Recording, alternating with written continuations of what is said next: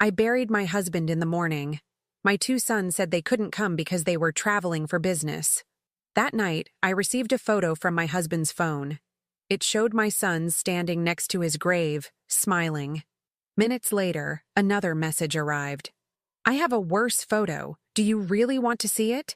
Don't forget to subscribe to the channel and comment where you're watching from. The funeral director said I could take as long as I needed. I appreciated that, though I knew he'd said the same thing to hundreds of widows before me. Still, standing there in the October chill, watching them lower Marvin into the ground at Riverside Cemetery, I felt the weight of those words differently than I'd expected. 53 years of marriage, and in the end, I buried him alone. Your sons couldn't make it? Pastor Williams had asked that morning, his kind face creased with concern. Business travel, I'd replied, the lie tasting bitter even as I defended them. Mike is in Seattle closing a deal. Derek's in Boston with clients. They wanted to be here. The pastor hadn't pushed, but I saw the question in his eyes. What business trip was more important than your father's funeral? I drove home to the farmhouse in silence, the reception dishes from well-meaning neighbors already crowding the kitchen counter. The house felt enormous without Marvin's presence. Not that he'd been particularly loud or demanding in his final years. Parkinson's had stolen his voice gradually, leaving him a gentle shadow who communicated with squeezes of my hand and small smiles. But he'd been there, filling the spaces with his quiet existence. Now even that was gone.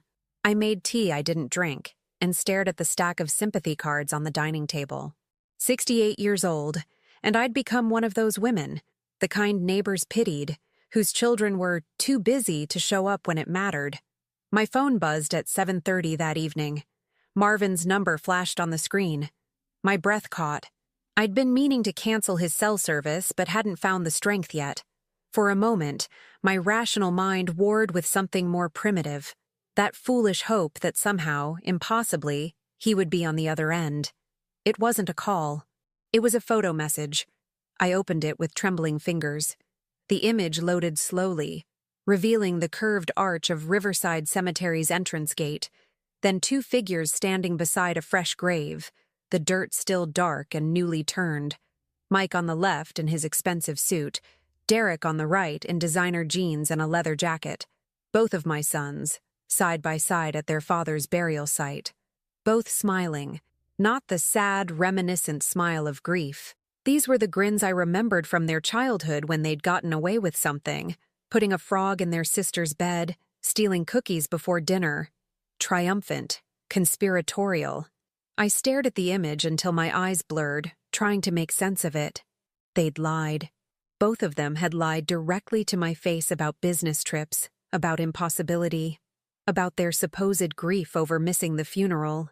They'd been here in Riverside, perhaps at the exact moment I was standing graveside, believing myself abandoned. But why? Why lie? Why come in secret? Why smile beside their father's grave like it was some kind of victory? The phone buzzed again. Another message from Marvin's number. I have a worse photo. Do you really want to see it? My hands shook so badly I nearly dropped the phone. Someone had Marvin's phone. Someone had taken pictures of my sons at the cemetery. Someone knew they'd lied to me and was now, what? Taunting me with it. I forced myself to breathe slowly, the way I'd learned during Marvin's illness when panic threatened to overwhelm me. Think, Elaine. Think clearly. I typed back with careful precision. Who is this? The response came immediately. Someone who knows the truth about Marvin, about the boys, about everything you don't know yet. My chest tightened. Tell me. Not yet. First, you need to find the blue notebook. It's in Marvin's study, hidden in the false bottom of his desk drawer. The one on the left. He kept it from you for years. Time you knew why your sons really didn't want to be seen at the funeral.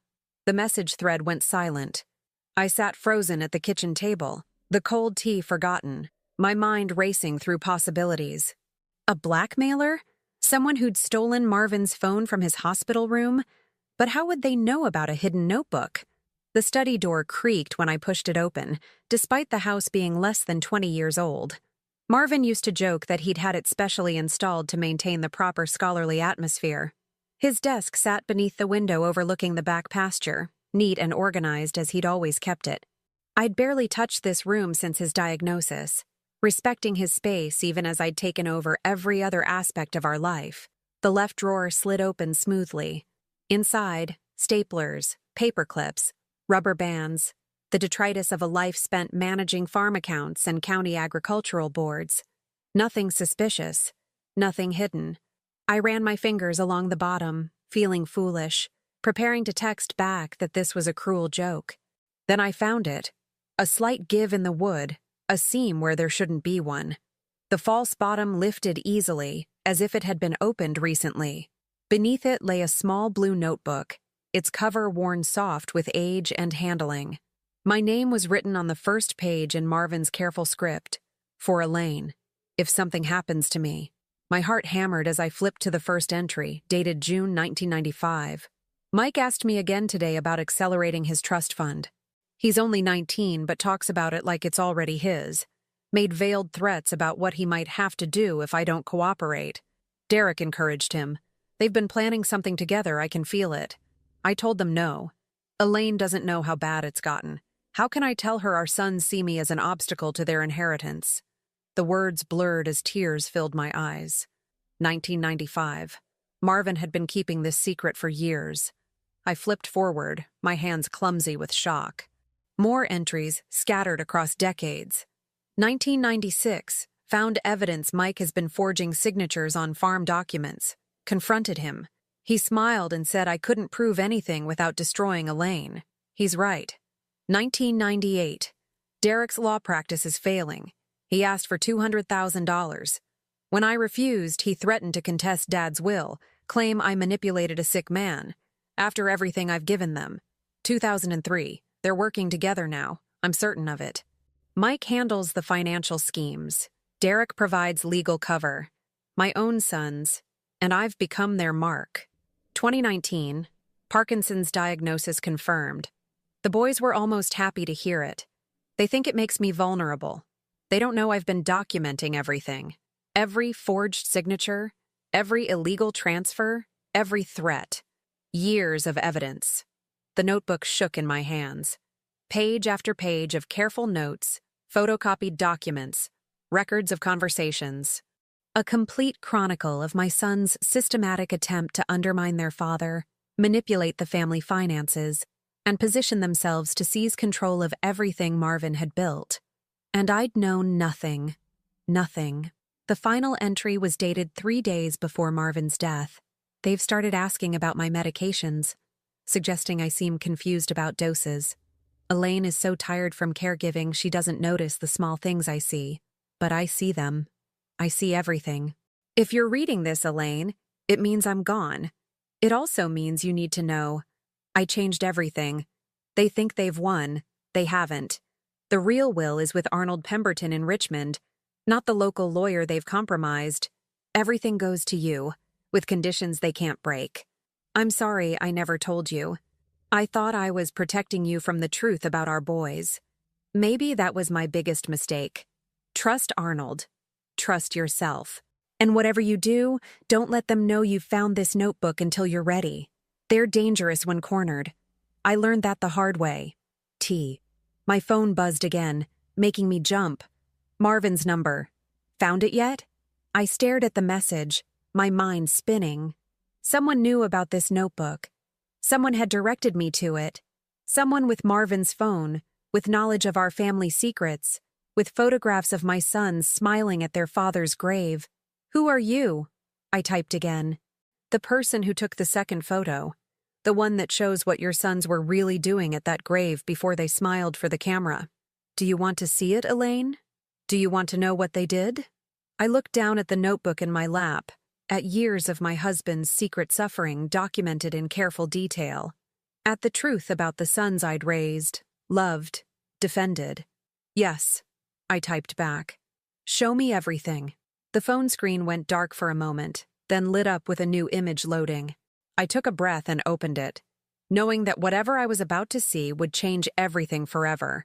The photo showed Mike and Derek at the grave again, but this time from a different angle, taken earlier based on the light. They weren't smiling in this one. Derek was crouched by the headstone, and Mike stood watch. Between them, partially obscured by Derek's body, was something being placed into the fresh dirt. Something that looked like a small metal box. "They buried something with your husband," the next message read. "Something they never want found. Something that proves Marvin didn't die from Parkinson's complications. I can help you prove it. But first, you need to understand. Your sons planned their father's funeral as a cover, and they think you're too old, too grief-stricken, and too trusting to ever figure it out. Are they right, Elaine? Or are you ready to dig deeper?" I set the phone down on Marvin's desk, my hands surprisingly steady now despite the trembling in my chest. Years Marvin had protected me from the truth, but Marvin was gone now. And someone with answers, with evidence, with Marvin's phone, was offering me a chance to uncover everything. I looked out the window at the dark pasture beyond, at the farm Marvin had built with his own hands, at the life we'd created together. Then I picked up the phone and typed 3 words. "Tell me how." The response was immediate. "First, we need to talk, but not on the phone, and not at your house. Tomorrow, 2 p.m., the reading room at Riverside Library. Come alone. Bring the notebook. And Elaine? Don't tell anyone you found it. Your sons have people watching. They've had them watching for weeks." I read the message 3 times, feeling the world I'd known for years crumble and reform into something new, something darker. My sons had lied about the funeral. They'd buried something with their father. They'd been manipulating us for years. And someone knew everything. Tomorrow, I would learn who. Tomorrow, I would begin to understand. Tomorrow, I would start fighting back. But tonight, I sat in my dead husband's study, holding his secret notebook, and finally let myself cry. Not just for Marvin, but for the family I'd thought we were, the sons I'd thought I'd raised, and the woman I'd been just this morning who'd believed their lies. That woman was gone now, buried alongside Marvin in the morning ceremony. The woman who remained had questions, and she was going to get answers. I didn't sleep that night. Instead, I read Marvin's notebook cover to cover 3 times, memorizing dates, names, details. By dawn, I understood the architecture of my son's deception. Years of carefully constructed lies, each one building on the last. But I also understood something else. Marvin had been smarter than they'd realized. Every scheme they'd attempted, he'd documented. Every forged signature, every manipulated account transfer, every threat. It was all there, written in his precise handwriting with photocopied evidence tucked between pages. The question was, why hadn't he used it? I made coffee as the sun rose, my mind working through possibilities. Marvin had been protecting me. Yes, but from what exactly? Surely knowing the truth was better than living in ignorance. Unless he'd feared something worse than deception. Unless he'd known our sons were capable of more than financial manipulation. The photo of them at the grave flickered through my mind. That box they'd buried. What was in it? My phone rang at 7:15, making me spill coffee across the counter. Mike's name flashed on the screen. I steadied my voice before answering. "Hello, sweetheart." "Mom." His tone was professionally warm, the voice he used with clients. "I wanted to check on you. Yesterday must have been difficult." "It was a beautiful service," I said carefully, watching my reflection in the kitchen window. Who was I talking to? My son, or the man Marvin had described in the notebook? "I'm sorry again that we couldn't make it. The Seattle deal collapsed at the last minute, needed my personal attention." Lie. The word blazed in my mind, but I kept my voice steady. "Of course, dear. Business comes first. Actually, that's why I'm calling. Derek and I have been discussing Dad's estate. We know this is hard timing, but there are some urgent financial matters that need attention. The farm accounts, the land trust, Dad's investment portfolio. Your father's will hasn't been read yet," I interrupted gently. A pause. When Mike spoke again, his warmth had thinned slightly. "I understand, but as executor..." "Are you the executor, Mike?" Another pause, longer this time. "Dad named me executor in 2015. Don't you remember? We discussed it over Christmas dinner." I didn't remember, but that meant nothing. Marvin's Parkinson's diagnosis had come in 2019, and the years before that had blurred together. I'll need to see the will. Of course. Jerry Sutton has it, Dad's lawyer here in town. I'll set up a meeting for Monday. But Mom, before that, Derek and I would like to come by tonight. Go through Dad's papers, make sure everything's in order. You shouldn't have to deal with all that alone. Everything in me wanted to say yes, wanted to believe this was genuine concern from my firstborn son. But Marvin's words echoed. They're dangerous when cornered. Not tonight, sweetheart. I need a few more days to myself. Mom. His voice hardened almost imperceptibly. I don't think you understand the urgency here. There are time-sensitive financial instruments that need immediate. Monday, I said firmly. We'll discuss everything Monday after the will is read. The silence that followed felt like a held breath. When Mike spoke again, the warmth was completely gone. Fine, Monday. But Mom, don't make any financial decisions without talking to us first. Don't sign anything. Don't talk to anyone about Dad's accounts. You're vulnerable right now, and there are people who prey on widows. We need to protect you. The line went dead. I stared at the phone, my heart pounding. That hadn't been concern in his voice at the end. It had been a warning, a threat wrapped in filial duty. They wanted access to the house, to Marvin's papers. They wanted control before I could discover what Marvin had hidden. Too late, I thought. Too late by about 12 hours. I spent the morning preparing. I photographed every page of the notebook with my phone, uploaded the images to a cloud account I created using my maiden name, then hid the physical notebook in a place Mike and Derek would never think to look, inside the flour canister in the pantry, wrapped in plastic. At 1 o'clock, I drove to Riverside Library, scanning my rearview mirror for followers. The paranoia felt absurd at first, then less so as I remembered the message. Your sons have people watching. The library was nearly empty on a Saturday afternoon. I found the reading room in the back, a small space lined with reference books and genealogy materials. A woman sat at the corner table, her back to the door, shoulder-length gray hair, wearing a green cardigan. She didn't turn as I entered, but spoke clearly. Lock the door, Elaine. We don't have much time. I did as she asked, my pulse accelerating. Who are you? She turned then, and I recognized her face from somewhere I couldn't quite place. Someone familiar but out of context. She was perhaps 60, with sharp eyes and a mouth set in a grim line. My name is Elizabeth Henley. I was your husband's nurse during his final 3 months. The context clicked. Yes, Elizabeth, the night nurse from the hospice service.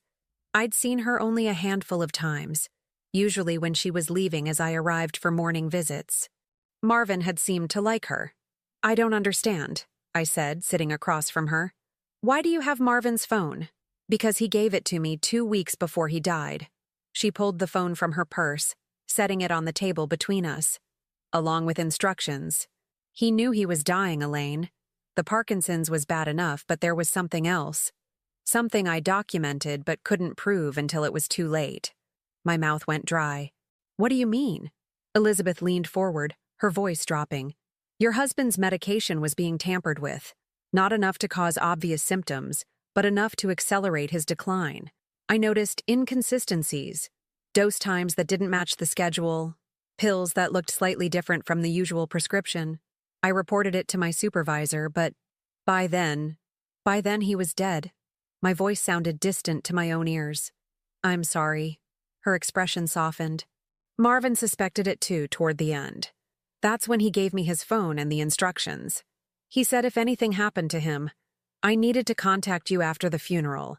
He said you'd need to see the truth about your sons before they could act. Act how? Elizabeth pulled out a manila folder.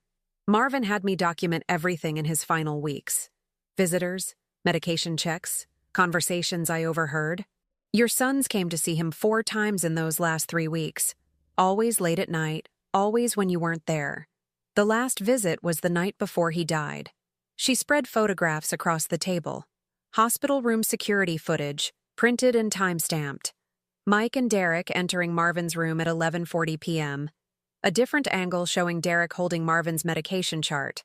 A third image showing Mike adjusting something on the IV line. I wasn't on duty that night, Elizabeth said. But I'd installed a small camera after my supervisor dismissed my concerns.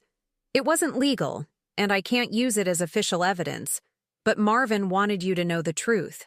I stared at the images, my mind rejecting what my eyes could see. You're saying my sons killed their father.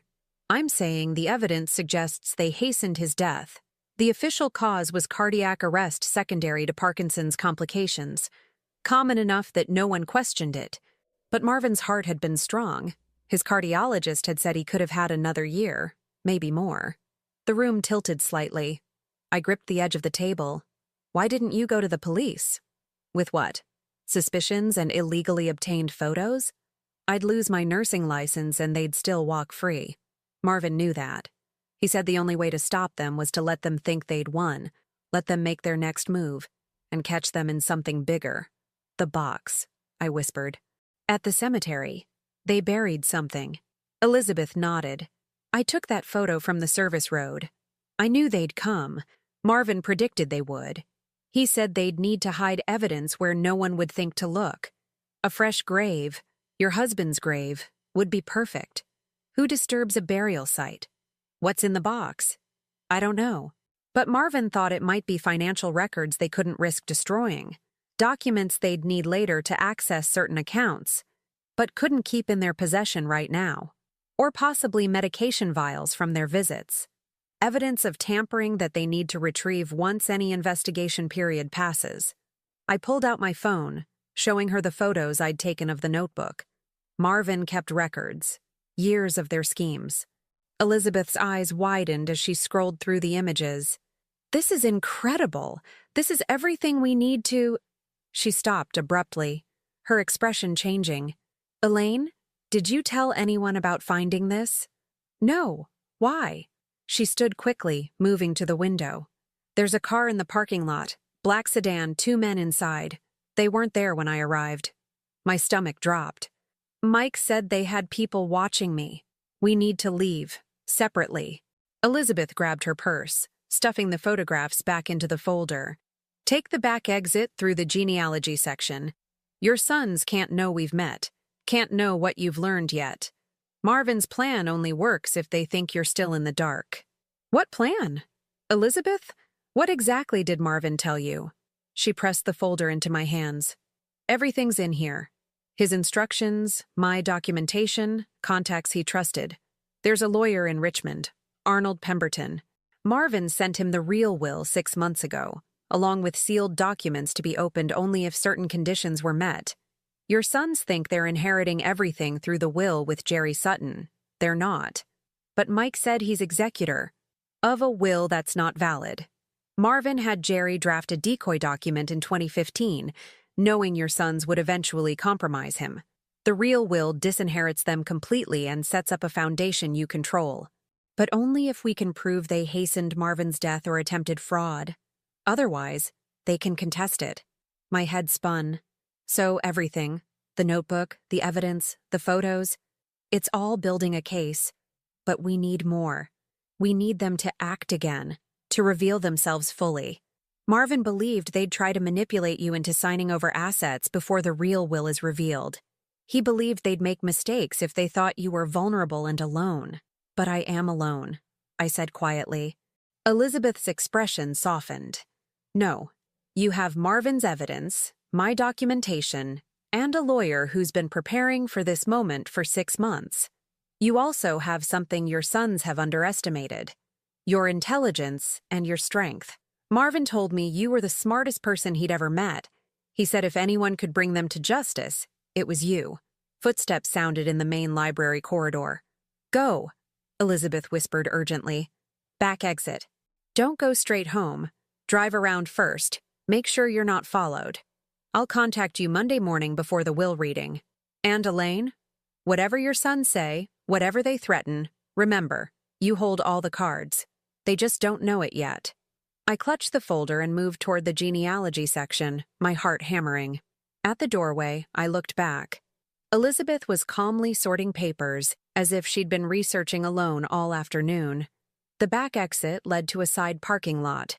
I hurried to my car, resisting the urge to run.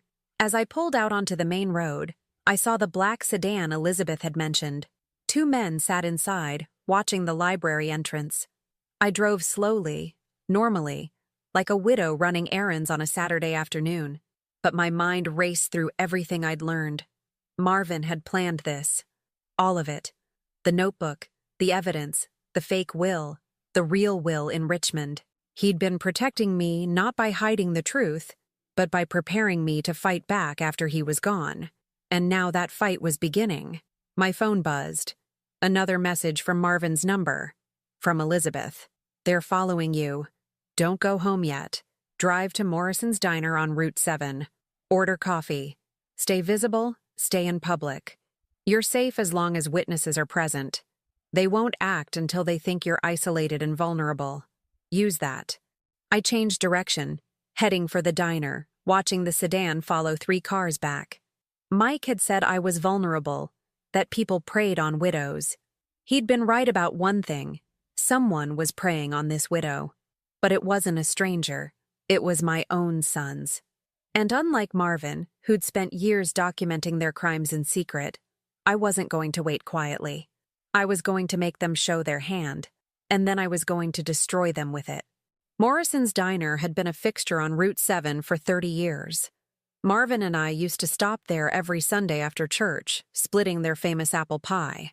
I hadn't been back since his diagnosis. The waitress recognized me immediately.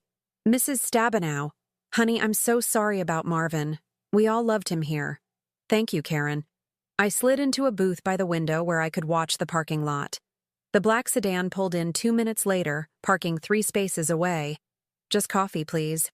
I opened Elizabeth's folder while I waited, keeping it partially concealed under my purse. Her documentation was meticulous. Pages of nursing notes, medication schedules, visitor logs. But one document made my blood run cold. It was a photocopy of Marvin's hospital chart from his final night. Someone had written notes in the margin, not in medical shorthand, but in plain English. "Increase morphine 2 milligrams. Adjust monitor alarm threshold. Check IV port seal." The handwriting was familiar. I'd seen it on birthday cards and Christmas gifts for decades. It was Derek's handwriting. My younger son, the lawyer, had written instructions for altering his father's medical care. My hands shook as I set the paper down. This wasn't just suspicion anymore. This was evidence. This was murder documented in my son's own handwriting. Karen brought coffee, chattering about the weather. I nodded mechanically, my mind reeling. How had Marvin lived with this knowledge? How had he looked at our sons across the dinner table, knowing what they were capable of? My phone rang. Derek's name this time. "Mom? Where are you?" His voice was tight with barely concealed irritation. "Mike said you wouldn't let us come over tonight. That's not healthy. You shouldn't be alone." "I'm fine, sweetheart. Just having coffee at Morrison's." A pause. "Morrison's? Why are you all the way out there?" "Because I know you're having me followed," I thought. "Because I needed a public place where you can't hurt me." "Just needed to get out of the house," I said. "Clear my head." "Listen, Mom. About Monday. The will reading. Mike and I think it would be better if you let us handle the legal details. Dad's estate is complicated, and you're not in the right headspace to— "I'll be there Monday, Derek." "Mom." His tone sharpened. "I'm saying this as your son and as a lawyer. You're vulnerable right now. Grief affects cognitive function, especially at your age. If you make decisions while impaired, it could have serious legal consequences. We're trying to protect you. At your age." The condescension dripped like poison. This was the son I'd raised, who I'd sent to law school, who I'd supported through every setback. "I appreciate your concern," I said carefully. "But I'm quite capable of attending my husband's will reading." "Are you?" The question hung in the air, loaded with meaning. "Because Mike mentioned you seemed confused on the phone this morning, forgetting conversations about Dad's executor designation. That's concerning, Mom. That's exactly the kind of cognitive decline that could indicate—" "I'm not confused, Derek. But you might not realize it if you were. That's how these things work. Look, after Monday, we need to discuss getting you evaluated. Maybe look into assisted living options, somewhere with proper care. I hung up. My hands were shaking so badly the phone clattered against the table. They were building a narrative. Confused widow, grief-stricken, cognitively impaired. They were laying groundwork to have me declared incompetent, to seize control not just of Marvin's estate, but of me. Karen refilled my coffee, giving me a concerned look. "You okay, honey?" "Fine," I managed. "Just a difficult call." Through the window, I watched one of the men from the sedan talking on his phone, reporting my location probably, confirming I was alone and vulnerable in a public place. My phone buzzed with a text from Elizabeth. "Don't go home tonight.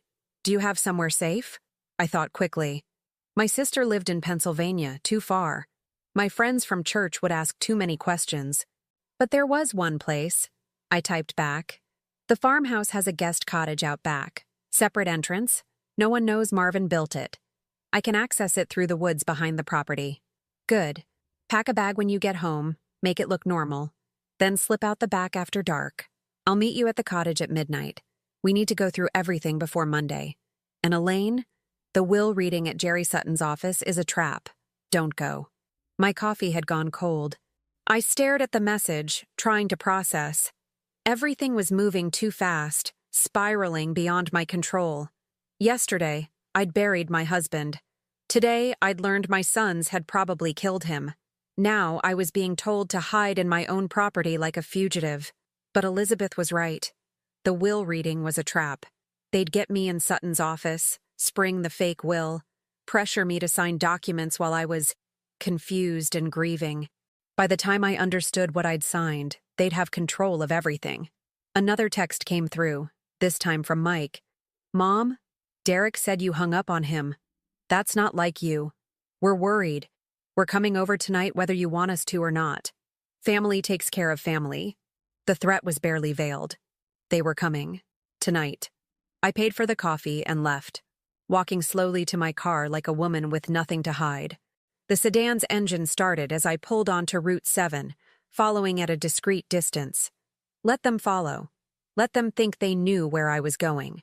I drove home carefully, checking my mirrors. The sedan stayed 3 cars back, professional and patient.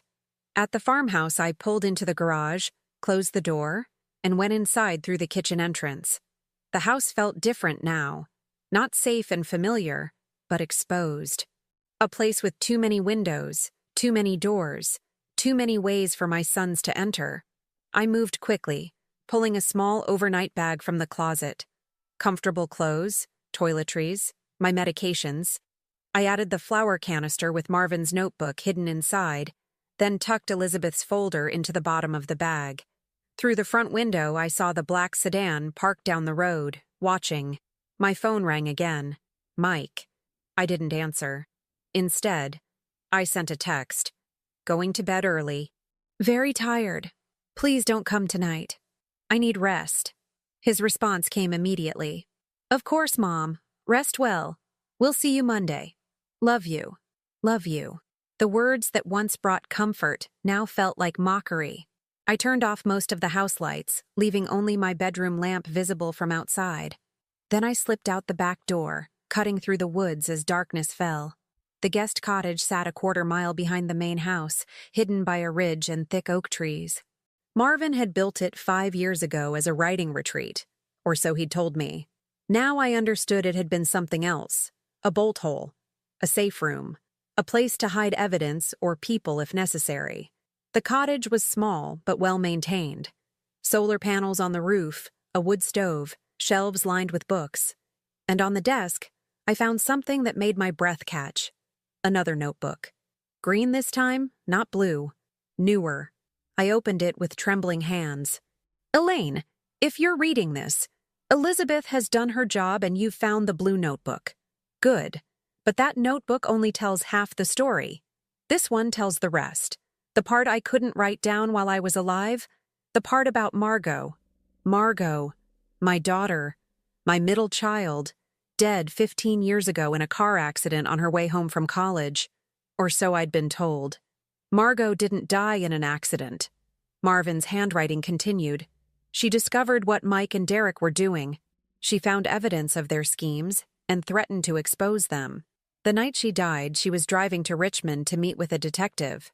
Derek knew. He was at law school there, remember? He called Mike. I don't know exactly what happened on that road, but the police report was wrong. Margot's brakes didn't fail randomly. Someone tampered with them. The notebook fell from my hands. No, this couldn't be true. Margot's death had been investigated. Mechanical failure, the police had said. Tragic, but not suspicious. I forced myself to pick up the notebook again, to keep reading through tears that blurred the words.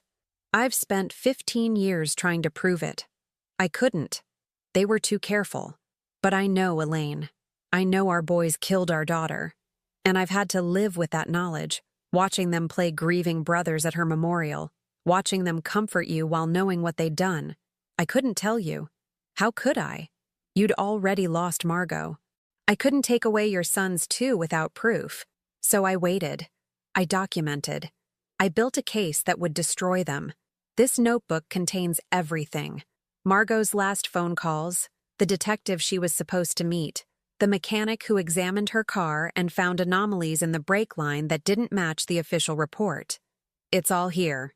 Elizabeth will help you connect the dots. Arnold Pemberton in Richmond has been investigating since 2018.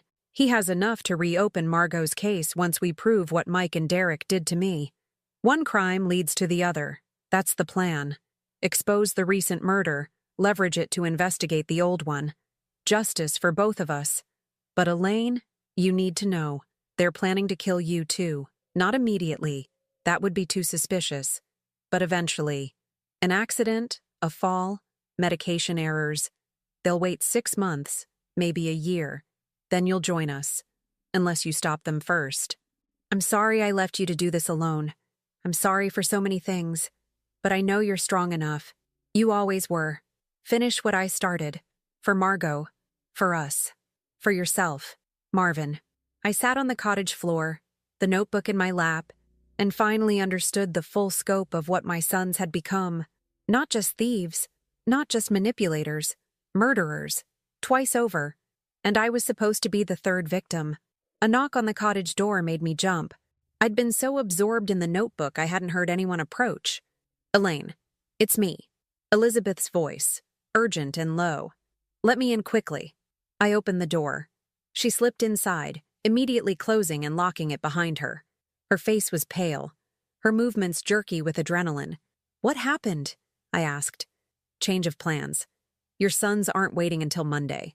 She pulled out her phone, showing me a text message. I have a contact in Jerry Sutton's office. She just sent this. The message read, Sutton preparing emergency guardianship papers. Mike and Derek coming in tomorrow morning. Claiming Elaine is mentally incompetent due to grief. Doctor's statement attached. Filing for immediate temporary conservatorship over estate in person. My legs went weak. Tomorrow? They're moving tomorrow? Sunday morning. Courts are closed, but Sutton has a judge lined up who'll sign emergency orders. By Monday afternoon, you'll be under their legal control. They'll have you admitted for psychiatric evaluation, probably at a private facility where they control access. But I'm fine. I'm completely competent. I know that. You know that. But they have a doctor's statement, probably from some physician they've paid off, claiming you're experiencing grief-induced psychosis. Once those papers are signed, it takes weeks or months to overturn guardianship. By then, they'll have transferred assets, changed accounts, buried evidence. You'll be fighting from inside a locked facility while they dismantle everything Marvin built. The cottage walls seem to close in. What do I do? Elizabeth set a laptop on the desk, opening it quickly. We have about 12 hours. We need to contact Arnold Pemberton tonight, have him file an emergency injunction first thing Monday morning. We need to document that you're competent. Video evidence, medical evaluation from an independent doctor, and we need leverage. Something that makes them back off immediately. The box, I said suddenly. At the cemetery. We need to get that box. Elaine, it's evidence they couldn't risk destroying but need to access later. Marvin wrote that. They buried it somewhere they thought was safe. If we recover it before they do, we have leverage. We have proof of whatever they're hiding. Elizabeth stared at me. You want to dig up your husband's grave? No. I want to recover evidence my sons buried while desecrating their father's resting place.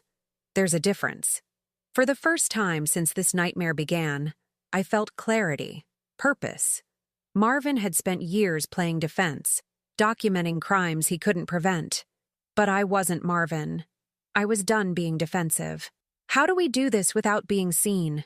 Elizabeth asked. The cemetery is locked at night. I know the caretaker, Hank Morrison, Karen's husband from the diner. He's worked there for 30 years. Marvin helped him when his son needed medical care, paid bills insurance wouldn't cover. Hank would help us. Elizabeth nodded slowly. Okay, but we need to move fast. If your sons realize you're not in the house, they'll think I'm sleeping. I left lights on, made it look occupied. We have until morning. I was already pulling out my phone, dialing Hank Morrison's number. It rang 4 times before he answered, his voice groggy. Mrs. Stabenow? Everything okay? Hank, I need a favor, tonight, at Riverside Cemetery. It's important, and I can't explain over the phone. Will you help me? A long pause. Then, for Marvin? Anything. What do you need? Keys to the cemetery gate, and a shovel. Can you meet us there in an hour? Us? Me and a friend. Hank, this stays between us, no matter who asks. Another pause. You're not in trouble, are you? Not yet, I said. But I will be if we don't move fast. I'll be there in 45 minutes. I hung up and looked at Elizabeth.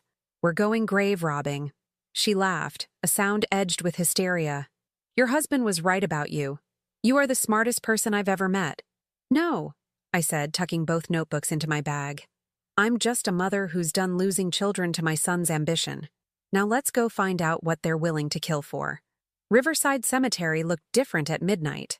The elegant stone archway that welcomed mourners by day became something ominous in darkness, the wrought iron gates casting twisted shadows across the gravel path. Hank Morrison was waiting when we arrived, his pickup truck parked beside the maintenance shed. Mrs. Stabenow.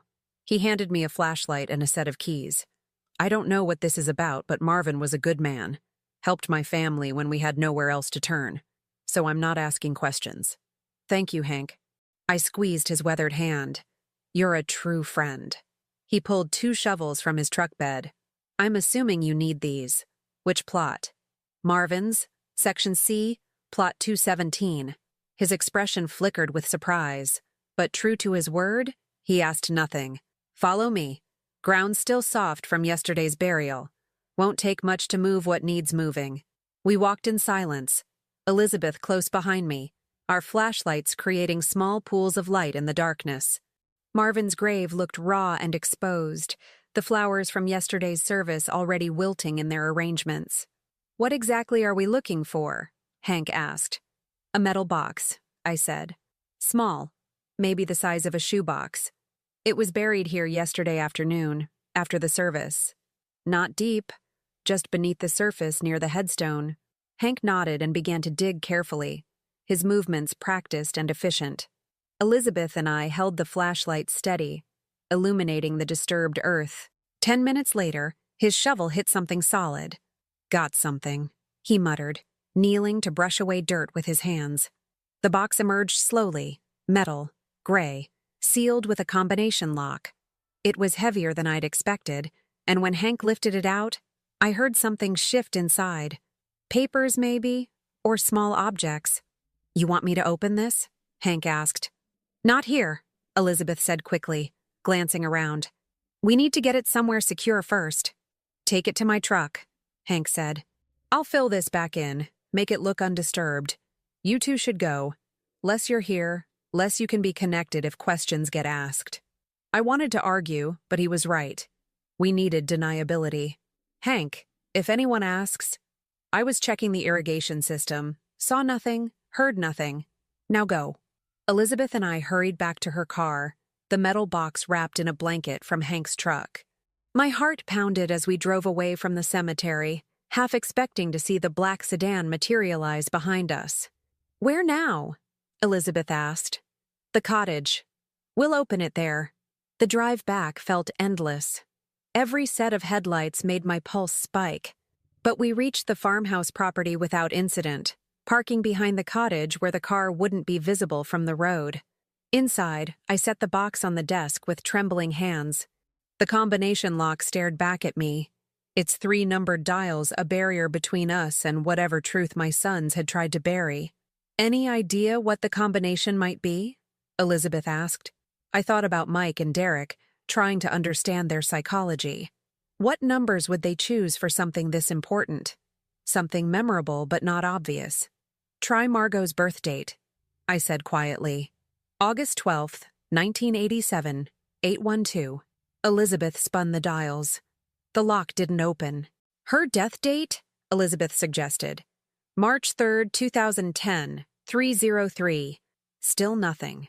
I stared at the box, frustration building. Then something Marvin had written flickered through my memory. "They see me as an obstacle to their inheritance." "Try the date they think they should have gotten their inheritance," I said. "The date of Marvin's father's death. That's when everything should have passed down. November 15th, 1995, 115. The lock clicked open. Inside, wrapped in plastic, were 3 items. A USB drive, a small glass vial half filled with clear liquid, and a leather journal. Elizabeth carefully removed the vial, holding it up to the light. "This looks medical. Could be medication, could be something else. We'd need it tested." I opened the journal with shaking hands. The first page was dated 2 months ago, written in Mike's distinctive scrawl. "Timeline for estate transfer. Dad's death. Natural causes. Parkinson's progression accelerated with adjusted medication schedule. Untraceable. 2-week grieving period. Coordinate with Sutton for will reading. Present fabricated executor documents. If Mom complies, transfer accounts within 30 days. If Mom resists, initiate competency proceedings. Derek has doctor lined up. 6-month window to complete full asset transfer before any questions can be raised about Dad's death." The words blurred. I had to read them 3 times before they fully registered. This wasn't speculation or suspicion anymore. This was a written confession to murder, laid out like a business plan. "Elaine?" Elizabeth's voice was strained. She'd pulled out the USB drive and connected it to her laptop. "You need to see this." The screen filled with spreadsheets. Marvin's financial accounts, investment portfolios, property deeds. But these weren't the official records. These were altered versions, showing different ownership structures, fabricated transactions, forged signatures. "They've been building a parallel financial reality," Elizabeth said. "Look, this spreadsheet shows the farm transferred to an LLC owned by Mike 3 years ago. But I've seen the real deed. You and Marvin still own it outright." I scrolled through more files. Fake loan documents showing Marvin borrowing money from Mike. Fabricated power of attorney forms dated during his illness. Bank account statements that didn't match reality. This is their insurance policy, I realized. If anyone questions the asset transfer after Marvin's death, they have documentation showing it happened gradually, legally. They've been planning this for years. "There's more," Elizabeth said, opening another folder. Video files labeled with dates. She clicked one from 3 months ago. The screen showed Marvin's hospital room from a corner angle. Derek's hidden camera, probably. Mike stood beside the bed, speaking in a low voice to their father. Marvin was awake, but clearly struggling, his Parkinson's tremors visible even through the grainy footage. "You're going to sign this, Dad," Mike's voice came through the laptop speakers. "It's just a formality, but it'll make everything easier after you're gone. Trust me." Marvin's voice was barely audible. "No. Elaine. Protect Elaine. Mom doesn't need to know about this. She's not equipped to handle the estate anyway. You know that. She'll be taken care of. We'll make sure of it. But the farm, the investments, they need proper management." "No," Marvin said more firmly. Mike's expression hardened. He looked directly at the camera, at Derek, who must have been holding it. Then he leaned close to Marvin. "Dad, I really didn't want to do this. But you're not giving us a choice." What happened next made my stomach turn. Mike pulled out his phone, showing Marvin something on the screen. Whatever it was made Marvin's expression crumble into devastation. "That's right," Mike said softly. "We have proof. About Margot. About what really happened that night. About your involvement in covering it up afterward. One phone call to the state police, and your legacy becomes a scandal. Local farmer concealed daughter's murder. Is that how you want to be remembered? Is that what you want for Mom? Spending her final years defending your reputation? You're lying, Marvin whispered, but his face showed he wasn't sure. Am I? The mechanic who examined Margot's car, the one who found the brake anomalies you paid him to hide. He kept copies of everything, Dad. We bought them last year. Cost us $50,000, but it was worth it. Now sign the document, or Mom spends her widowhood learning her husband was complicit in their daughter's death. The video ended. I sat frozen, unable to process what I'd just watched. They'd blackmailed Marvin. They'd used his grief over Margot, twisted his attempts to investigate her death, and weaponized it against him. There are 12 more videos, Elizabeth said quietly. All similar. They broke him down slowly, made him believe he had no choice but to comply. Except he was recording them too, I finished. Every attempt to manipulate him, documented. These files are dated and time-stamped. They're admissible evidence. Elaine, this box, it's not their insurance policy. It's Marvin S. He made them bury their own confession. I looked at the vial, the journal, the USB drive. They don't know he copied everything. They think this is the only evidence of their plan. That's why they can't destroy it, but also can't keep it in their possession. Too risky if someone searches their homes or offices. So they buried it with him, Elizabeth said, figuring they could retrieve it later after everything was settled and suspicion had passed. Probably planned to dig it up in a few months. My phone buzzed. A text from an unknown number. Stop what you're doing. You're making a mistake you won't survive. My blood ran cold. They know.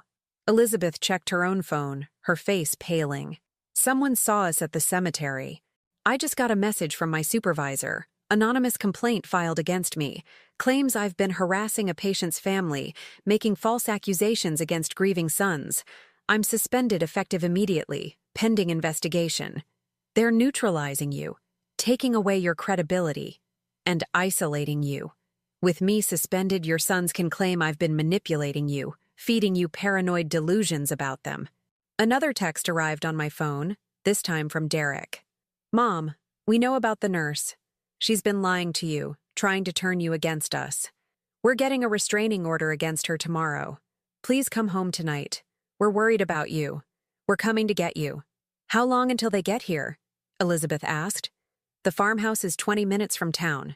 If they're leaving now, I checked the time. 1:30 a.m. We have maybe 30 minutes. Elizabeth was already packing her laptop. We need to get this evidence to Arnold Pemberton tonight. Richmond is 2 hours away. If we leave now, they'll have roadblocks, or they'll follow us and force us off the road.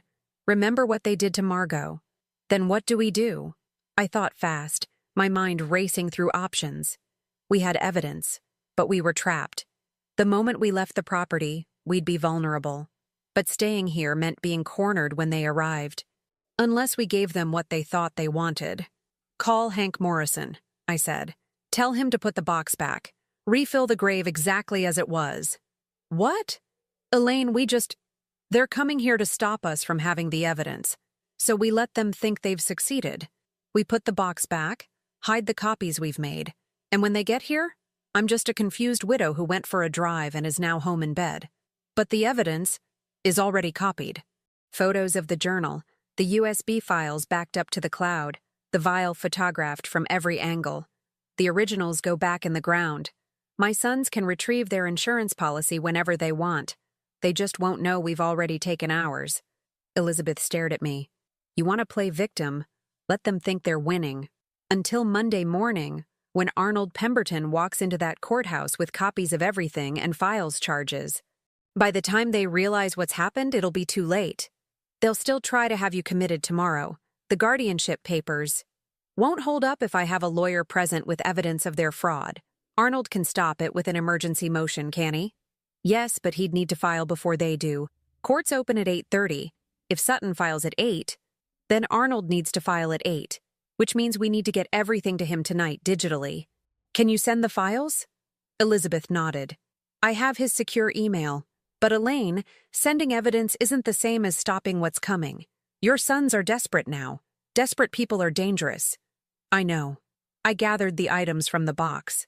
That's why I'm not giving them a reason to be desperate. As far as they know, you've been discredited and suspended. I'm home, alone, confused. The evidence is buried. They've won.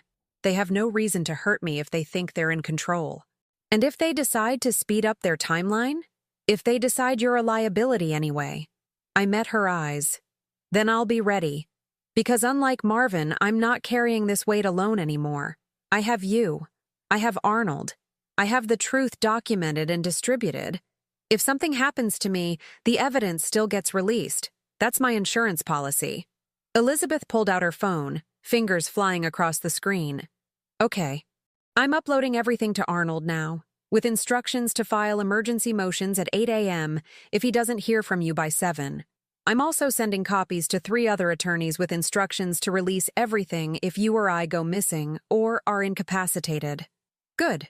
Now help me put this back. We wrapped everything carefully in the plastic, returned it to the metal box, and locked it. I called Hank, explained what we needed. He agreed without hesitation. 30 minutes later, Elizabeth's phone buzzed. Hank says it's done. Box is back. Grave looks untouched. No one would know we were there. Then we go back to the cottage, wait for sunrise, and pretend this night never happened. Elaine. Elizabeth gripped my arm. What you're doing? Playing along with them, letting them think they're in control. It's dangerous. If they suspect for even a moment that you know the truth, then I need to be a better actress than they are liars. I managed a smile that felt like broken glass. I've been practicing for the past years, apparently. I should be pretty good at it by now. We settled into the cottage to wait for dawn. Elizabeth dozed fitfully on the small couch while I sat at the desk, rereading Marvin's notebooks by lamplight. My husband had spent 4 decades watching our sons destroy everything he'd built, documenting their crimes while pretending not to see. He'd protected me with silence, thinking ignorance would keep me safe. But silence hadn't kept Margot safe. It hadn't kept Marvin safe. And it wouldn't keep me safe now. The only thing that would save me was the truth, spoken loud enough that my sons couldn't silence it. At 5 a.m., my phone rang. Mike, his voice tight with false concern. Mom! Thank heavens! We've been so worried. Where are you? I kept my voice sleepy, confused. Home, sweetheart. Where else would I be? We're outside the farmhouse. Your car isn't here. Think fast. Oh, I'm in the guest cottage. Couldn't sleep in our bedroom. Too many memories. A pause. The cottage? You never mentioned a cottage. Your father built it years ago. I just needed to be somewhere he'd been. Does that sound foolish? Another pause, longer this time. No, Mom. That sounds perfectly reasonable. Listen, we're coming back there, okay? We need to talk. It's 5 in the morning, Mike. It's important. Please. Just stay where you are. Don't go anywhere. We'll be there in 10 minutes. The line went dead. I looked at Elizabeth. They're coming. She was already on her feet, alert. Are you sure about this? No, I admitted. But it's too late to change plans now. I took a deep breath, smoothed my hair, and prepared to face my sons. The men who'd killed their father. The men who'd murdered their sister. The men who were planning to destroy me. I was 68 years old, a widow who'd buried her husband yesterday. Elizabeth slipped out the back door of the cottage before my sons arrived, disappearing into the pre-dawn darkness. We'd agreed she needed to be invisible, discredited but not present. A ghost they could dismiss as a manipulative nurse if they even knew she'd been here. I was alone when headlights swept across the cottage windows. 2 cars. Mike's silver BMW and Derek's black Audi. Both doors opened simultaneously, and my sons emerged, dressed casually, but moving with purpose. Through the window, I watched them exchange glances, some silent communication passing between them. I opened the door before they could knock, keeping my expression weary and confused. Boys, it's so early. What's wrong? Mike spoke first, his voice warm but his eyes calculating. Mom, we've been so worried.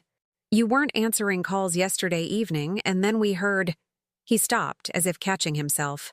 We just needed to see you were okay. I'm fine, sweetheart. Just tired. Grief is exhausting. Derek stepped forward, and I noticed he was carrying a leather folder. Mom, can we come in? We need to talk about some things.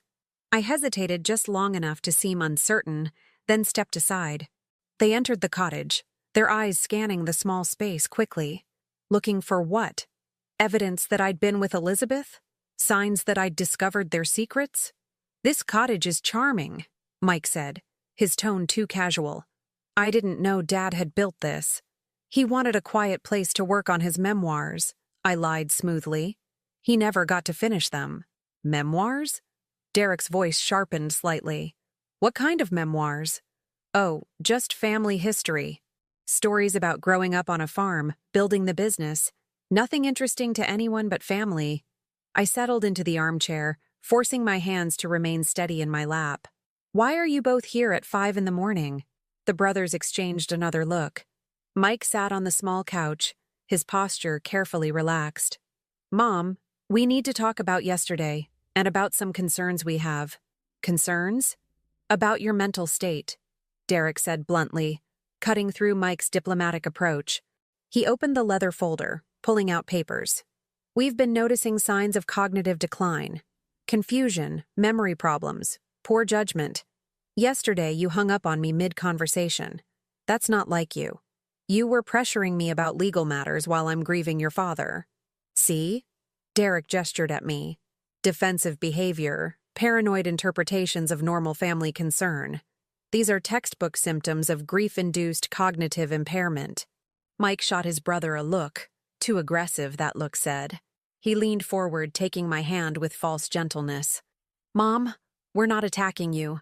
We're trying to help. Dad's death has been traumatic. It's natural for that trauma to affect mental clarity, especially at your age. At your age. The phrase was a weapon wrapped in concern. I'm 68, Mike, not 90. My mind is perfectly clear. But how would you know if it wasn't? Derek pressed. That's the insidious thing about cognitive decline. The person experiencing it is often the last to recognize it, which is why we've taken steps to protect you. He laid papers on the coffee table. I recognized the header, Emergency Petition for Temporary Conservatorship. These are guardianship papers, I said quietly. Protective guardianship, Mike corrected. Temporary, just until you're through the worst of the grief. We've already spoken with Dr. Reynolds. He's agreed to do a psychiatric evaluation this morning. Dr. Reynolds? I frowned, genuinely confused. I don't know any Dr. Reynolds. He's a specialist in geriatric psychiatry, highly respected. He's agreed to see you as an emergency case given the circumstances. What circumstances? Derek pulled out more papers. A nurse who was caring for Dad filed a complaint yesterday. Claims we're trying to harm you, that we were somehow responsible for Dad's death. Obviously, she's mentally unstable, probably projecting her own guilt about patient care. But her accusations triggered a welfare check concern. The lie was beautifully constructed. Elizabeth's suspension had become, in their narrative, evidence of her instability. Her concerns about them had become delusions. And now my resistance to their control was evidence of cognitive decline. We have a judge standing by, Mike continued. He'll review Dr. Reynolds' evaluation this morning. If the doctor confirms what we suspect, that you're not currently capable of making sound decisions, the judge will grant temporary guardianship. Just for a few months, Mom. Just until you're better. And then? I asked softly. Then you get your independence back, Mike said. But his eyes told a different story. I let silence hang in the cottage for a long moment. Let them think I was processing, confused, overwhelmed. Then I stood slowly, moving to the small kitchenette. Would you boys like coffee? I should make coffee. Mom. Derek's voice held barely concealed impatience. We need you to focus. Do you understand what we're telling you? You're telling me you want to have me declared incompetent. I measured coffee grounds with steady hands, my back to them. You want to control my assets, my decisions, my life? You want to lock me away in some facility where I can't interfere with whatever you're planning? The cottage went very quiet. Mom, Mike said carefully, where is this coming from? This paranoid thinking. This is exactly what concerns us. I turned to face them, leaning against the counter. How much did you pay Dr. Reynolds to diagnose me without an examination? Derek stood abruptly. That's an outrageous accusation. Is it? Because I'm finding a lot of things outrageous lately. Like why my sons would lie about being out of town for their father's funeral. Or why they'd be photographed at his grave, smiling. Or why they'd bury a metal box next to his coffin when they thought no one was watching. The color drained from Mike's face. Derek went very still. Who told you that? Mike asked, his voice dangerously quiet. Does it matter? I know. I know you were at the cemetery. I know you lied to me. I know. I paused, gauging their reactions. That you've been planning something for a very long time. Derek moved toward me, his lawyer's mask slipping to reveal something colder underneath. What exactly do you think you know? I know your father documented everything. Years of your schemes, your manipulations, your threats. I know about the forged signatures, the fabricated documents, the accounts you tried to steal. I know. My voice caught, but I forced the words out. About Margot. Mike stood now too, both brothers advancing slowly. The cottage suddenly felt very small. Dad told you? Mike's voice was barely a whisper. He left me the truth. Everything he couldn't say while he was alive. Everything you didn't want me to know. Where is it? Derek demanded. Where's his documentation? Safe. Beyond your reach. Even if something happens to me, the truth comes out. I've made sure of that. The brothers looked at each other, having an entire conversation in seconds. Then Mike smiled, and it was the most chilling thing I'd ever seen. Mom, do you hear yourself? Conspiracy theories about your own sons. Delusions about Dad leaving secret documents. Paranoid claims that we're plotting against you. This is exactly the kind of thinking that proves you need help. We brought Dr. Reynolds with us, Derek added. He's waiting in my car. Everything you just said, he heard it through the phone. He held up his cell phone. The call timer showing the conversation had been live for the past 5 minutes. You just gave us all the evidence we need for an emergency psychiatric hold. My heart hammered, but I kept my voice level. You're recording me without consent. That's illegal in this state. Who's going to believe you? Mike asked. A grieving widow making wild accusations against her devoted sons? Or 2 successful men trying to protect their mentally ill mother? The cottage door opened. A man in his 50s entered, carrying a medical bag. Dr. Reynolds, presumably. His expression was professionally sympathetic as he looked at me. Mrs. Stabenow, I'm Dr. Reynolds. Your sons have expressed concern about your welfare. I'd like to ask you a few questions if that's all right. And if I refuse? Then we proceed with an emergency hold based on danger to self. Your sons report you've been acting erratically, making accusations, exhibiting signs of psychotic break. We can do this voluntarily, or I can have you committed involuntarily. Your choice. I looked at Mike, at Derek, at this doctor they'd bought. 3 men surrounding me in a cottage in the woods at dawn, ready to lock me away. This was the moment, the pivot point. I could fight and be dragged out screaming, which would only prove their narrative. Or I could do what Marvin had taught me. Be smarter, be patient, wait for the right moment. I understand, I said calmly. But before we proceed, I'd like you all to listen to something. It won't take long. I pulled out my phone, connected it to a small Bluetooth speaker on the shelf, Marvin's speaker, which he'd used for audiobooks. My husband left me a message. I think you should hear it. Mom, this isn't... Mike started. Please, I said firmly. Just listen. Then you can do whatever you think is necessary. I pressed play. Marvin's voice filled the cottage, weak but clear, a recording he'd made in his final days. Elaine, if you're hearing this, I'm gone. And if our sons are with you, they need to hear this too. Mike, Derek, I know everything. I've always known. Every scheme, every theft, every lie. I documented it all. Years of evidence, safe with my attorney, Arnold Pemberton in Richmond. The will Jerry Sutton has is fake. I had him drafted in 2015 when I knew you'd eventually compromise him. The real will disinherits you completely. Everything goes to your mother, with ironclad provisions that prevent you from contesting it. But that's not all. I know what you did to Margot. I know you killed your sister because she discovered your crimes. I know you tampered with her brakes, made it look like mechanical failure. I've spent 15 years gathering evidence, working with investigators you don't know about. And I know you're planning to kill me too. Probably already have, if Elaine is hearing this. So here's what happens next. Arnold has instructions to file charges the moment I die. Murder, fraud, conspiracy. The evidence is overwhelming. You'll spend the rest of your lives in prison, unless Elaine decides otherwise. I've given her that power, to pursue justice or grant mercy. Whatever she chooses, I'll accept. But understand this. You've underestimated your mother. She's smarter than both of you combined, stronger than you'll ever be, and now she holds all the cards. The question is, what will you do next? Because whatever you do, she's prepared for it. I made sure of that. Goodbye, my sons. I'm sorry I failed you somehow that you became what you are, but I won't let you destroy your mother the way you destroyed our family. Marvin Stabenow, October 28, 2025. The recording ended. Silence filled the cottage. Thick, suffocating silence. Dr. Reynolds looked between the brothers, his professional composure cracking. What is he talking about? Mike's face had gone white. Derek's hands were clenched into fists. That's fabricated, Derek said, but his voice shook. Obviously fabricated. She made that recording herself, probably hired a voice actor. Did I asked quietly.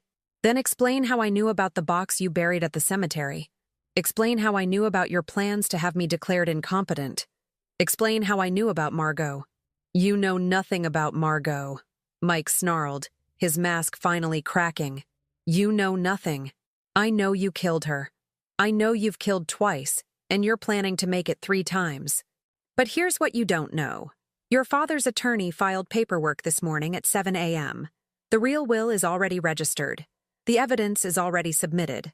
The investigation is already open. By the time you walked into this cottage, you'd already lost. I checked my phone. It's 6:15. Arnold's emergency filing goes through at 8:30 when courts open. You have 2 hours to decide what to do. You can try to hurt me, but I'm not alone. People know I'm here. People are monitoring this situation. You can run, but the evidence follows you. Or you can face what you've done with whatever dignity you have left. Dr. Reynolds had backed toward the door. I want no part of this. Whatever this is, I'm not involved. Oh, but you are, I said pleasantly. You agreed to fraudulently diagnose a patient you'd never met. That's medical malpractice, possibly conspiracy to commit fraud. I recorded this entire conversation too, Doctor.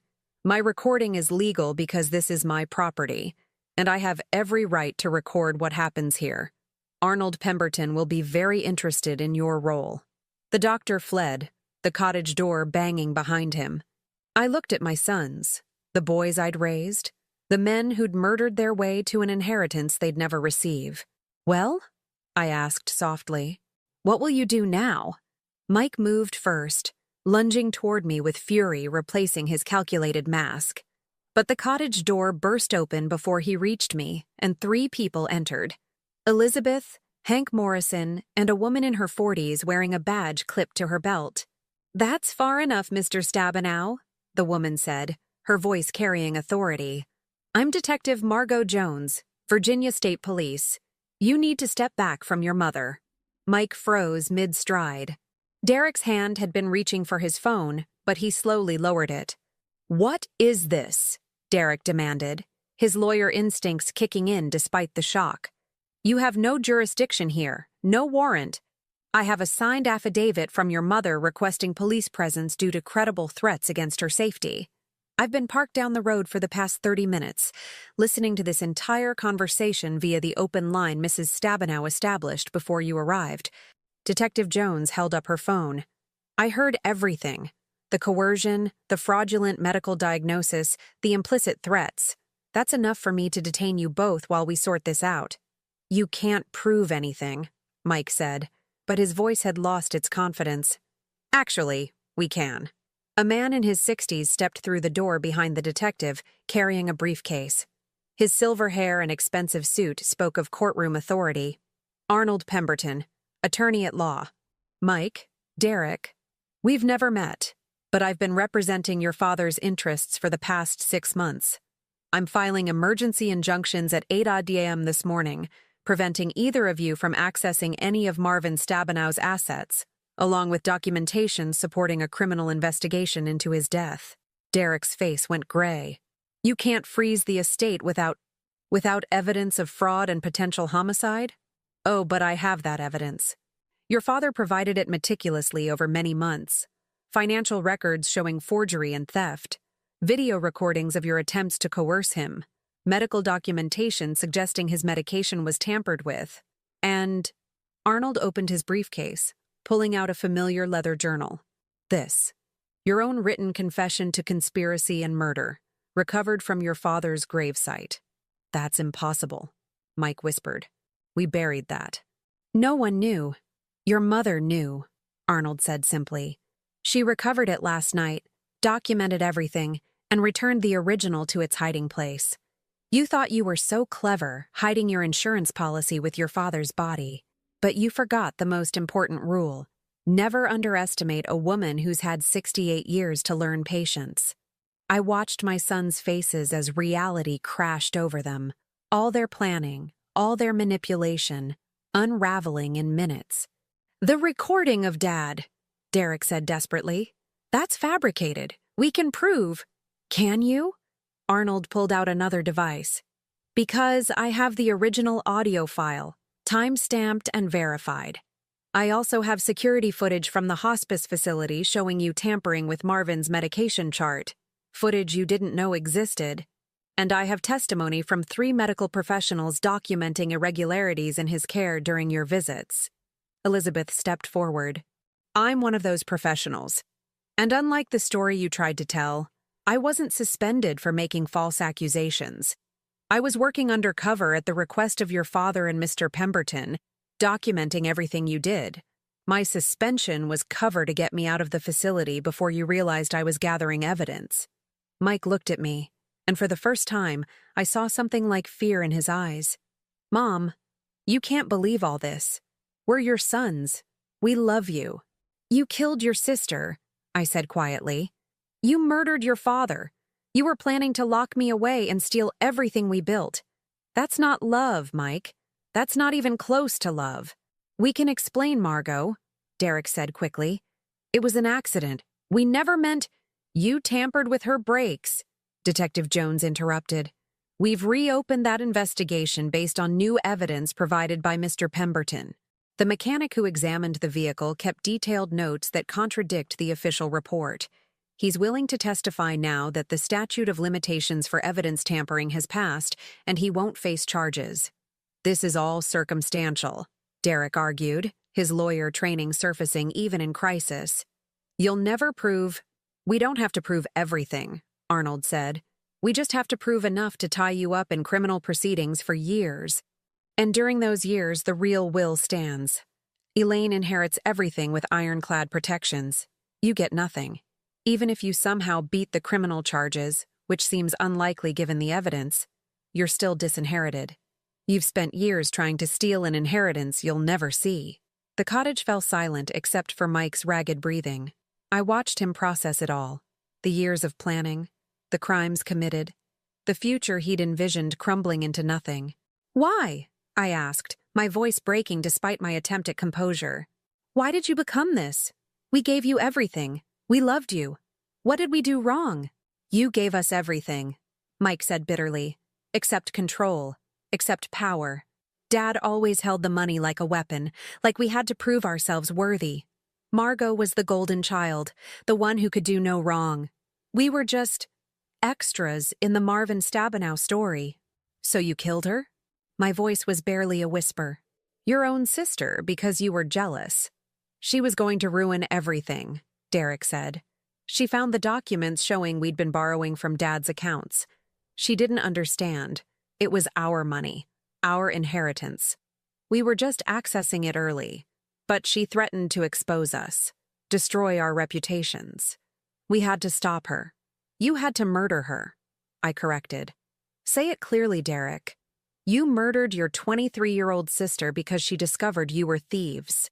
He flinched at the word but said nothing. Detective Jones moved forward. Mike Stabenow, Derek Stabenow, I'm placing you both under arrest on suspicion of fraud, conspiracy, and in connection with the death of Marvin Stabenow. We'll be adding charges related to Margot Stabenow's death as the investigation proceeds. You have the right to remain silent. Wait. I held up my hand. Please, just one moment. The detective paused, looking at me with surprise. I stepped closer to my sons, close enough to see the fear and desperation in their eyes. These were the babies I'd nursed, the boys I'd raised, the men I'd defended against anyone who criticized them. Your father left the choice to me, I said softly, whether to pursue full prosecution or offer mercy. He said whatever I decided, he'd accept. So I need to ask you, is there anything left in you worth saving? Any remorse? Any recognition of what you've done? Mike met my eyes, and for a moment, I thought I saw something. A flicker of the child he'd been before greed consumed him. But then his expression hardened. You're going to destroy us, he said. Your own sons. That's your choice? You destroyed yourselves? I replied. I'm just holding up a mirror. Derek looked away, unable or unwilling to meet my gaze. I stepped back, nodding to Detective Jones. Proceed. Full prosecution. Everything my husband documented. Everything we've discovered. Use it all. They've taken enough from this family. Margot deserves justice. Marvin deserves justice. And I deserve to live my remaining years without fear of the sons I raised. The detective continued reading them their rights as she handcuffed them both. I watched them being led out of the cottage, their expensive cars now evidence to be impounded, their carefully constructed lives collapsing with each step. When they were gone, my knees finally gave out. Hank caught me, guiding me to the chair. Easy now, Mrs. Stabenow. It's over. You're safe. But was I? I looked at Arnold, at Elizabeth, at these people who'd helped me survive. Will the charges stick? Will they actually face justice? The fraud and conspiracy charges are solid, Arnold said. The evidence for Marvin's murder is strong but circumstantial, harder to prove beyond reasonable doubt. Margot's case is even more challenging after 15 years. But between the criminal charges and the civil implications, they'll spend the rest of their lives fighting legal battles they can't win. And they'll lose everything in the process. What about their families? Mike has a wife, children. Derek's engaged. Elizabeth sat beside me, taking my hand. Those families are victims, too. Arnold has already reached out to Mike's wife through separate counsel. She's filing for divorce and seeking protective custody of the children. She knew something was wrong, but was afraid to act. Now she has the evidence to protect herself and her kids. This will destroy so many lives, I said quietly. Your sons did that, Arnold said firmly. Not you. You're just ensuring there are consequences for their choices. That's not cruelty, Elaine. That's justice.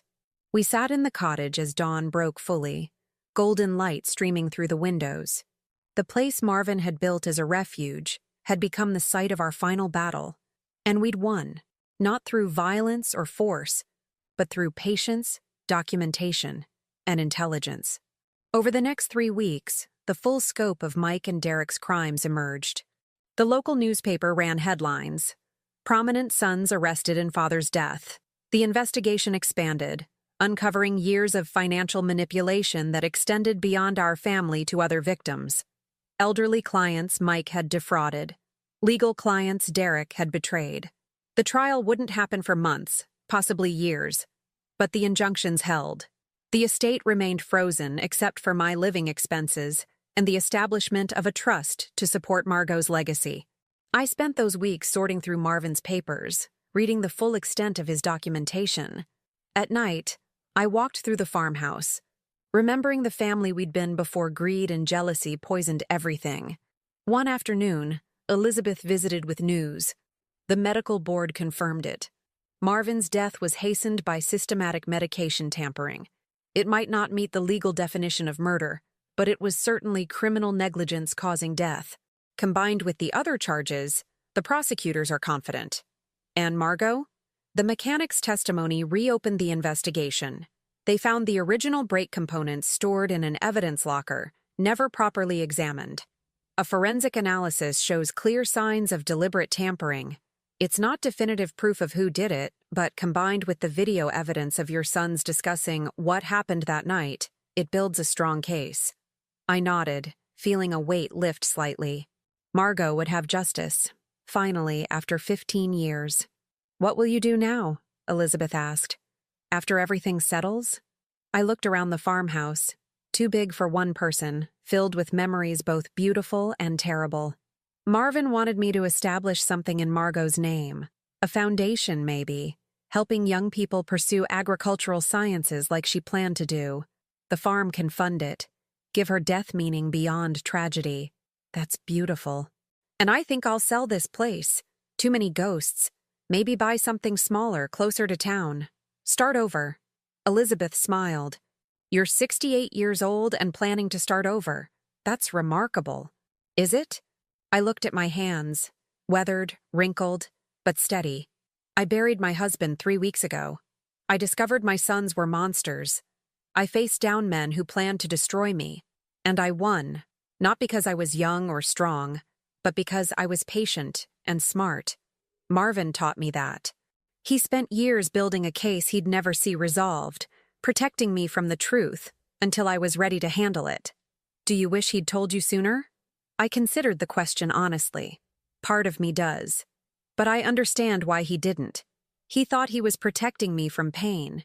He didn't realize that knowledge is protection too. Truth is protection. 6 months later, the Margot Stabenow Foundation for Agricultural Sciences held its first grant ceremony. 5 young people received scholarships to pursue studies in sustainable farming, agricultural innovation, and rural development. I stood at the podium in the county community center, looking out at the faces gathered. Friends, neighbors, people who'd supported me through the darkest time of my life. My daughter Margot believed that farming was about more than crops and livestock, I said.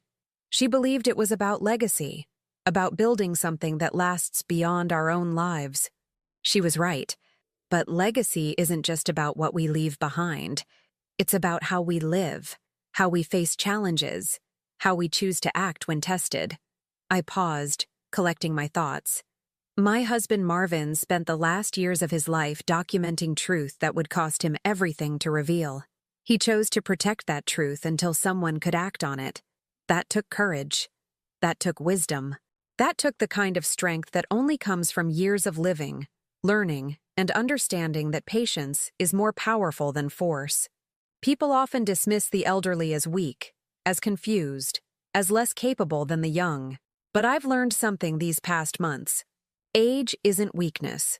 It's accumulated wisdom. It's patience earned through decades of experience. It's the understanding that the longest game wins.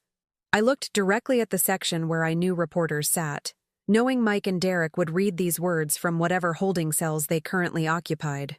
To anyone who thinks they can prey on widows, on the elderly, on people they perceive as vulnerable, understand that you're not facing weakness. You're facing generations of strength, accumulated knowledge, and the kind of intelligence that comes from surviving longer than you've been alive. Underestimate that at your own peril. The audience applauded, but I barely heard it. I was thinking of Marvin, of Margot, of the family we'd been and the justice we'd finally achieved. That night, I sat in my new apartment, a modest place overlooking the town square, close to the library and the diner where Karen still served the best apple pie in the county. The farmhouse had sold to a young couple expecting their first child. They'd promised to care for the land Marvin had loved. My phone buzzed with an email from Arnold. "Judge set trial date, April 15th. Are you ready?" I typed back, "I've been ready for months. Let's finish this." I set the phone down and looked out at the quiet street below. Tomorrow I'd wake up, have coffee, work on foundation business, maybe visit Margot's grave. I was 68 years old. I'd lost my daughter, my husband, and in a way, my sons, though they'd lost themselves long before I'd discovered it. But I was still here, still standing, still fighting. And I'd learned the most important lesson of my life. patience and wisdom will always defeat arrogance and greed. You just have to live long enough to prove it. Marvin had known that. He'd built his case over years, knowing he might not live to see its resolution. But I would see it. I would stand in that courtroom and watch justice unfold. And I would make sure that everyone understood. The woman they'd tried to dismiss as a confused widow was the reason their carefully constructed empire of lies had crumbled to nothing. Age, I'd discovered, was my greatest weapon. They'd never seen it coming. Now tell me, what would you have done if you were in my place? Let me know in the comments. Thank you for watching. And don't forget to check out the video on your screen right now. I'm sure it will surprise you.